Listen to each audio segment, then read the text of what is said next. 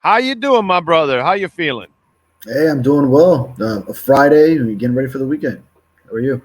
And a slow ass week in Dolphin land, huh? Yeah. Well, I mean, it started off with a lot going on, owners' meetings and hearing from Mike McDaniel, and but aside from that, then yeah, a pretty slow week. We haven't had anything really happen since Odell Beckham Jr. at the end of last week, and no signings, nothing like that. So we're getting into that part of the offseason. Let me ask you something because I talked about this yesterday on the show. Is there a chance that Tyreek Hill is playing his last year with the Miami Dolphins coming up? Because I looked at the SPO track, and after this season, the cap hit drops to 22, and the dead cap. And you think about it, they could make him a June 1st cut if the from here till the end of this coming season, let's say they're not happy with again some other off-field issues or inconsistencies, or they do have to give contracts to new people next year, and so they do kind of have an out. And I was thinking that maybe they hang on to him for 2 more years. But this offseason, when they needed money, they did not go to Tyreek. And that's interesting because they kind of stayed away from digging in there and extending that stuff because, as you know, the more you guarantee, then the more commitment there is down the line and more dead cap money that increases for you. So I'm not saying it is, but I'm just saying that the Dolphins have kind of put themselves in a position that if they have to do it, and remember they're creating a lot of cap space for next year. They might have created themselves an option just in case to protect themselves. What do you think about that? Yeah, I would say that last part that you just said, the just in case. So I think Right. ideally you want Tyreek Hill to be a part of your team, foundationally a core piece to this group going forward. That's why you brought him on. That's why you traded 5 draft Of picks course. to get including high end draft picks. So yeah, you want him performing at his highest level and helping to win and all that, and in the Mike McDaniel offense. But I think he's given you enough reason to give yourself that leeway, give yourself that out in case these problems continue to stack up. And it is interesting that he wasn't one of the guys that was restructured because really you had the most money to gain between him, Jalen Ramsey, and Bradley Chubb. Ramsey Message and Chubb, message sent, buddy. Message sent. Okay? yeah.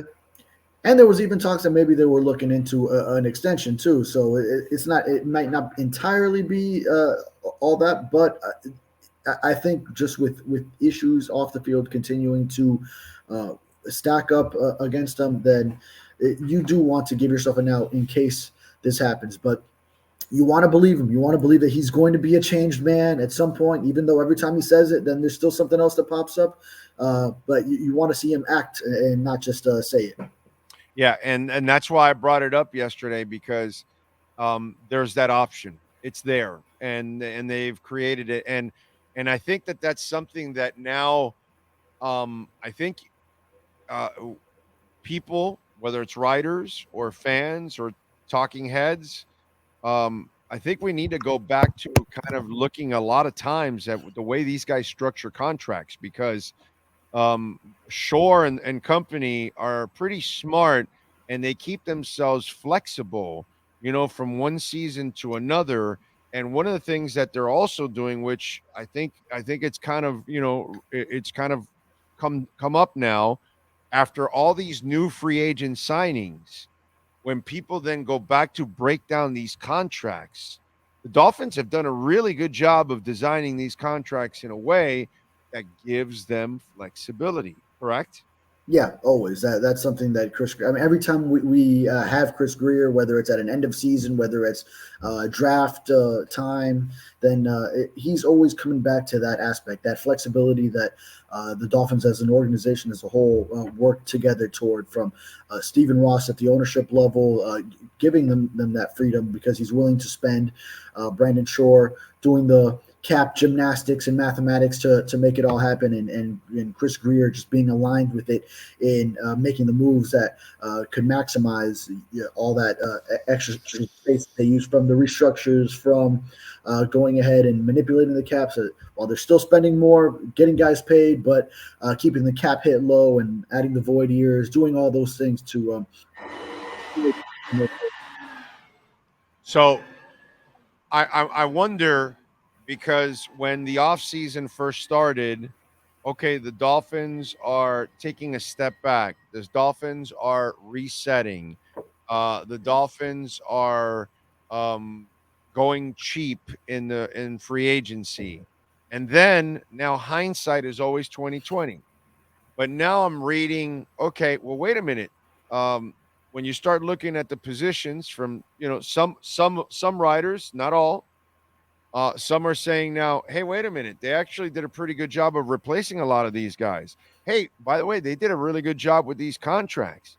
Hey, by the way, Vegas now, instead of 9.5 and 8.5 the last 2 years, has them at 10.5, actually, the over and under.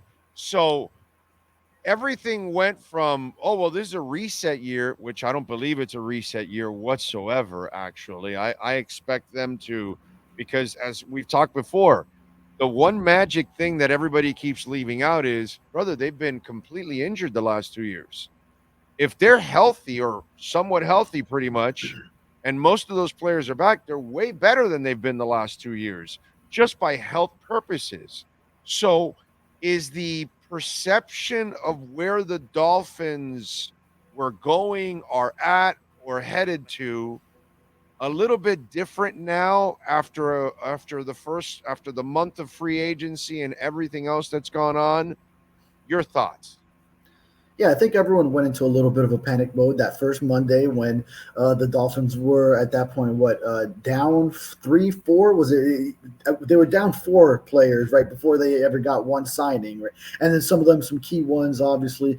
Although you anticipated some of the big departures, Christian Wilkins, Rob Hunt, and then Andrew Van Ginkel. That one kind of hit because everyone really wanted to see him back with Jalen Phillips and Bradley Chubb's injury situation, but. I think there's a lot of factors into why maybe like Vegas is increasing the betting odds or increasing the win total over under for the season. One of them actually being that it helps them in 2024 that they lost the regular season finale, as odd as it is, to the Buffalo Bills and finished second in the division, because that created it where you are now going, instead of like at Baltimore, you go at Cleveland in the AFC North. Instead of at Detroit, you go at Green Bay, which is still going to be a good team with, under Jordan Love. And what's the other one? Instead of in the AFC West, instead of hosting the Chiefs, they host the Raiders next year, who finished second in the AFC West. So there's three games there where those are on the Buffalo Bills schedule, the tougher ones, and the Dolphins have the easier of those three divisions. So things like that, and especially then you just look at the team naturally.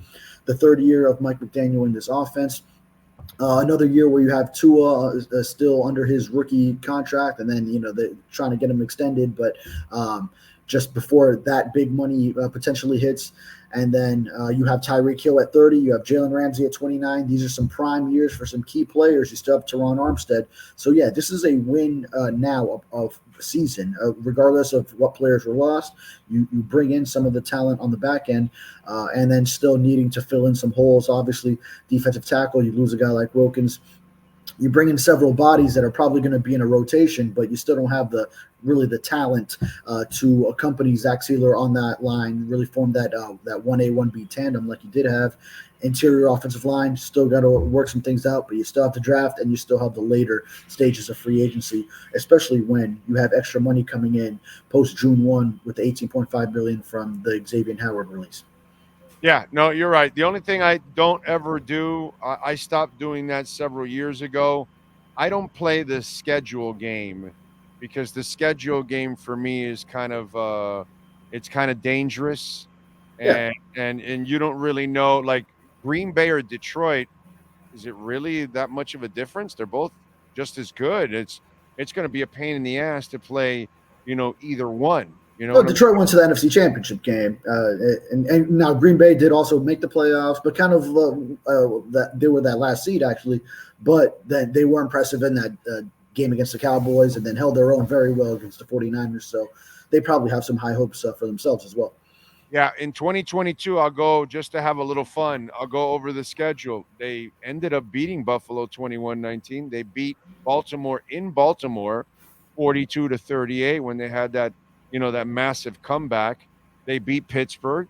They beat and these are teams that probably they would have, people would have picked against them at the beginning. Oh no, they're not going to beat Buffalo. Oh, they're not going to beat Baltimore, and they went and beat those teams. You know what I mean? Hell, they opened up and beat New England.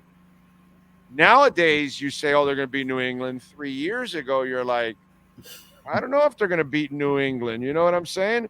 So it's kind of like it's funny like that. The San Fran, okay, you can predict that they're going to lose. At Buffalo, they're going to lose. They lost to Green Bay that year. They lost at New England that year. So it's hard for me to predict regular seasons because you just don't know who's going to be good, who's not, who's going to be injured, who's going to be healthy, all of those kind of things. But to me, if Vegas thinks 10.5, brother, it's changed. I've won the last 2 years with the Dolphins, the over. Now you're making it harder for me now. Now I got to get to 11 wins for sure. Yeah. Yeah, that's the thing. I feel like the Dolphins historically are a team that the odds underestimate because the odds are based largely on bettor perception. So it's just kind of like what the masses believe about a team. So I think when you have the masses outside of Miami that don't believe in Tua, don't know much about McDaniel, and think this and that about the Dolphins, then you end up with these lower win totals. But I think now the Dolphins have had a couple seasons where teams can see them and that they were brushing up against the number one seed deep into the season, and then they only lost it at the end because of all these injuries. So that does result in an increase in the win total over under, because now a lot more people in the masses outside of Dolphins fans and those who follow the team are kind of becoming aware of what the Dolphins have been building over some time now. Have you heard anything on Odell? Because I haven't heard anything myself on my end, by the way. Yeah, I think it's been quiet on that front. Just the last thing was, when McDaniel said that they did indeed offer him on that visit that was last week, and and like you said, nothing imminent right now. So I don't think anything has become more imminent in this past week. So I think now we're kind of at a stand. And also, the Dolphins brass has been out going to pro days. We know they were at the Texas one, the Michigan one. Within this past week, just at owners' meetings early this week. So they've had a lot of other things on the docket. So I think maybe that'll pick back up pretty soon, or maybe Odell wants to take his time, take another visit. So we'll see how that plays out. We'll wrap it up with this. Would you use now in the new return rules Tyreek, Waddle, Achan as returners? Because I would. I have no problem. They're not coming from 40 yards downfield at 100 miles an hour. They've got blocking right in. It's really like a running play.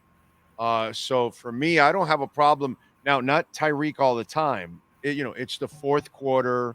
You're down by a score. Right. You know what I'm saying? That's when I would use Tyreek. But Waddle and Achan, I wouldn't mind sprinkling them in every once in a while in this new return game. Now, I also think that this will lead you to trying to find a receiver / returner in the draft, maybe in that fifth round, right? Fifth, right? They don't have a third and a fourth, right?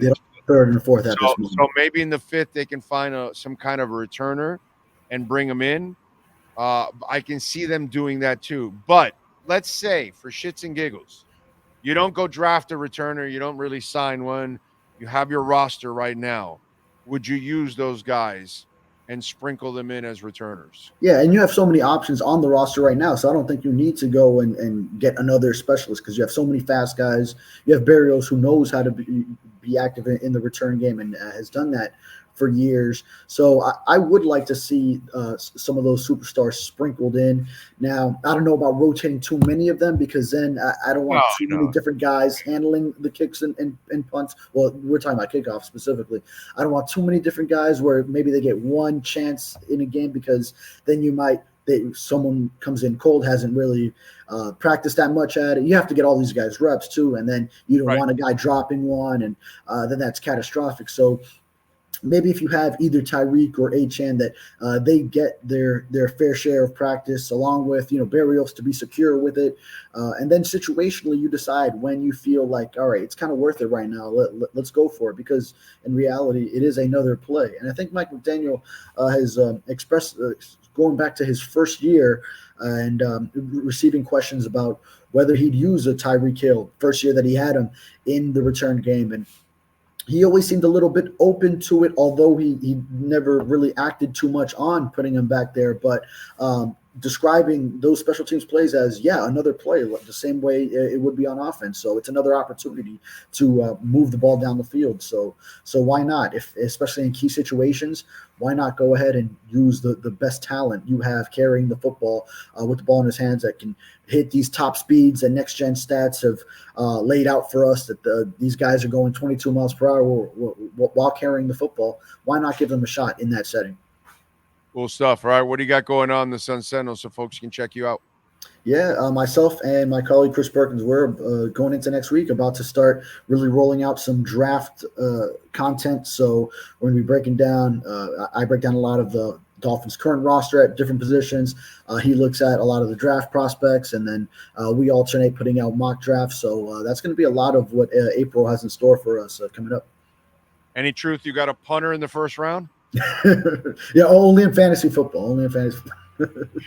Follow him on Twitter at David Furones _ catch his exceptional work there at the South Florida Sun Sentinel. David, as always, thank you, my brother. Appreciate you. Yes, sir. Thank you. Have a great weekend. You got it. There you go, David Furones. And make sure you subscribe to the South Florida Sun Sentinel and save this number, because if you may not need a lawyer right now, but you might need one next week, next month, 6 months from now. And you're going to go, man, who are those guys that Big O talks about all the time? Jeff Welt, Daniel Rheaume. That's right, Welt and Rheaume. But you want to know the number. Save it on that cell phone, 954-966-4646. The consultation is completely free.